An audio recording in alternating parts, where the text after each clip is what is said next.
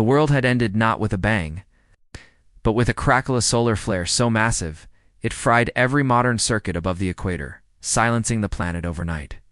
In the resulting chaos, humanity had cannibalized itself, leaving behind only dust, ruins, and the persistent, unforgiving silence.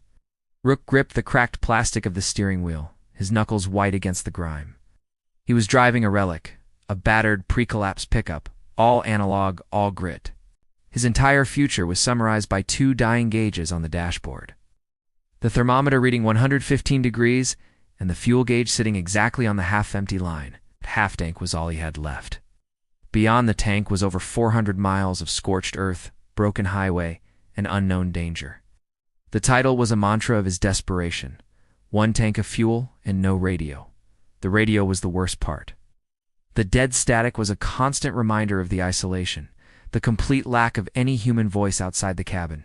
His destination was rumored, a forgotten military depot codenamed Tito 7, said to hold a cache of untouched resources, including a small, operable oil refinery. It was a fool's errand, a myth spun from desperation, but Rook had run out of other options days ago. The sun beat down, turning the metal cab into an oven. The air conditioning was an open window, and the speed of the truck. He squinted past the pitted windshield, the endless Arizona desert stretching out like a vast, yellow graveyard.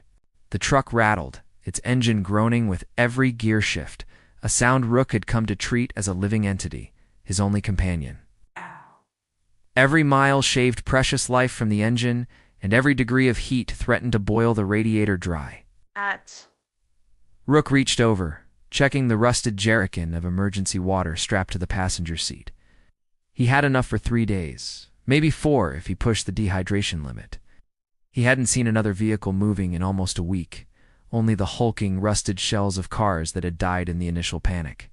The road grew worse, the asphalt crumbling into a mosaic of rock and dirt, forcing Rook to drop his speed and nurse the gas pedal. He heard a sharp, painful thunk from the undercarriage. He ignored it. Stopping was not an option. He remembered the last time he had stopped, 2 weeks ago, to scavenge a pharmacy in a ghost town. That was when he saw the Reapers, the nomadic scavengers who preyed on solitary travelers. Their motorcycles modified with bone plating and razor wire. He had escaped by mere seconds, leaving behind everything he couldn't immediately grab, including his last 2 spare tires. His mission to Citadel 7 was a flight, not a journey. A gamble based on a fading memory of a pre-collapse map. The truck began climbing a long, monotonous incline. Rook watched the fuel needle dip below the halfway mark. The world was demanding a sacrifice for every inch of progress he made. Tried the radio again, a desperate reflex. It's nothing but the hissing noise, a sound that amplified his crushing loneliness. The sky was too bright, too clear, too silent. It felt like a stage set for a tragedy. Around midday, the road passed through a Canyuna natural choke point, always a bad sign. He immediately slowed, his eyes scanning the rocky heights for movement. For the glint of scavenged metal, or the telltale shimmer of heat distortion. Halfway through the canyon, he saw them. Not the Reapers, but something worse. A makeshift barricade of burnt-out husks and felled trees. It was a checkpoint run by a local militia who had claimed this small, isolated stretch of land. They wore mismatched military gear and carried hunting rifles, their expressions hardened by years of surviving on suspicion and fear. Rook pulled the truck to a stop, the engine idling roughly, every cough of the motor sounding like a surrender. 2 men approached the cab, one aiming a weapon directly at Rook's chest, the other holding a piece of rusted pipe like a club. "What's the cargo?" the man with the rifle demanded, his voice gravelly and hostile. "Nothing, just supplies." Headed west, Rook lied smoothly, keeping his hands visible on the steering wheel. The man with the pipe walked to the rear, peering into the empty truck bed, then circled back to the gas tank. Rook's heart pounded. Fuel was the most valuable commodity in the world now, worth more than gold or food. "Looks like you've got premium gas, pre-collapse," the militiaman observed, tapping the tank menacingly. "We'll take half. I can't. This is my last tank. Die out there," Rook pleaded, putting genuine fear into his voice. The rifleman laughed, a harsh, dry sound. "Everyone dies out there, traveler. This is just a way of speeding up the process." Rook knew the rules of the collapse. Never give up your fuel. because giving up fuel meant giving up your ability to move, which meant giving up life. He had a brief, painful moment of calculation. If he gave them half, he wouldn't even make it another 50 miles. He had one option left: brute force, relying on the truck's weight and momentum. A desperate final gamble. He shifted the gear into first, putting his foot over the accelerator, bracing himself for the collision. "I'm sorry," Rook murmured, not to the militiaman, but to his trusty, battered truck. Before the rifleman could even raise his weapon, Rook slammed the pedal to the floor, revving the powerful antique engine. The truck roared forward, straight at the barricade, forcing the two men to scatter violently. The heavy vehicle hit the burnt-out husks with a deafening, sickening crunch of metal on metal. The truck was almost stopped, stuck in the twisted wreckage, the front fender mangled. Rook wrenched the wheel hard, flooring the gas again, grinding the gears until the transmission screamed in protest. The back wheels finally found traction on the loose desert dirt.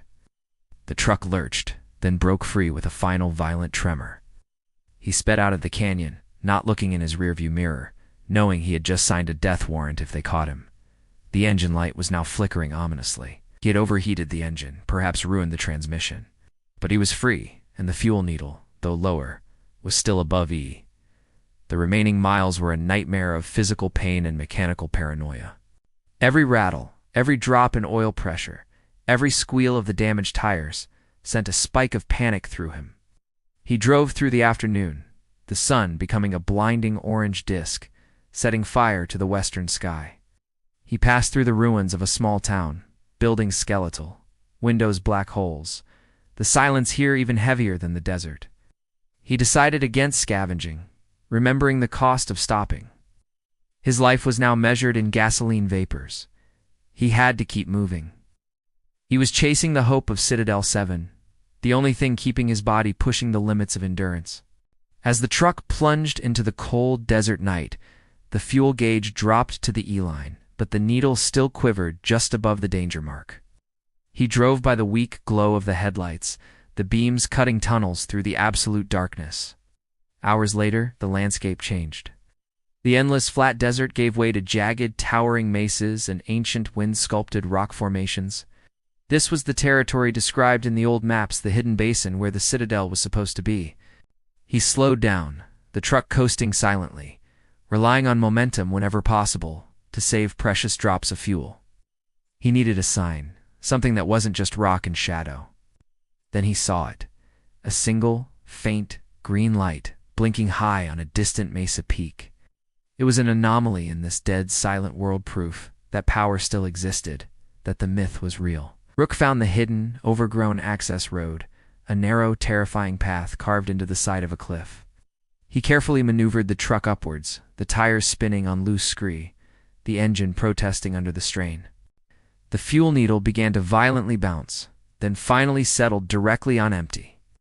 The engine sputtered, caught, sputtered again, and then, with a final mournful cough, died. Absolute silence descended.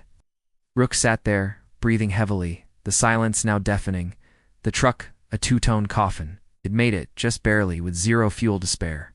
He climbed out of the cab, his limbs stiff and shaking. The air was cold, the immense effort having robbed him of all body heat. He was still several hundred yards from the peak where the light blinked, too far to see the Citadel. He began to walk, taking the canteen of water with him, leaving the dead truck behind as a monument to his impossible journey. The walk was agonizing. He was dehydrated, exhausted, and the high altitude was punishing his lungs. He reached the summit, his eyes drawn immediately to the green blinking light. It was not a beacon for a refinery. It was an old solar-powered environmental sensor, installed 30 years ago, still blinking futilely. The Citadel 7 depot wasn't here. There was only a dusty, abandoned weather station and a few piles of rusted antenna equipment. Despair hit him like a physical punch, crushing the fight out of his body. He collapsed against the cold metal frame of the station. He had driven his final miles, burned his last resource, and risked his life for nothing but a flickering green lie. But as he looked out across the valley, a familiar sight caught his eye. Below, half buried in a ravine, was the distinct dome-shaped roof of a pre-collapsed communications bunker. It wasn't Citadel 7, the refinery, but it was something that looked sealed and untouched by the collapse. Rook dragged his beaten body down the scree-covered slope toward the hidden structure. He reached the sealed steel door.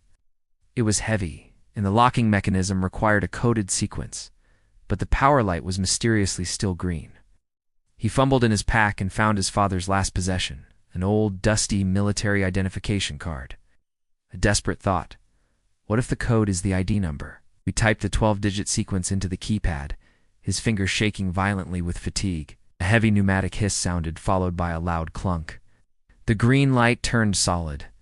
The door swung inward, revealing a flight of concrete stairs leading down into cool, conditioned darkness. Rook had not found the oil refinery, the grand prize he sought.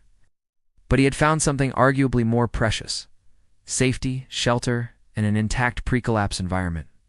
He realized his true survival wasn't about the destination or the fuel, but the relentless act of moving, of refusing to accept the silence. He took one final, appreciative look at the broken, desolate world outside. He had run the engine too empty, pushed his body to its limit, and won. Rook stepped into the darkness, the heavy door hissing shut behind him, sealing him off from the empty desert. He was alone, but he was alive, saved by the final necessary death of his transport, and the persistent human will to believe a myth. The true treasure wasn't the fuel, but the conviction that demanded he use every last drop. If you felt the heat and the isolation of Rook's struggle, comment, like, share, and subscribe to Storycraft Studio.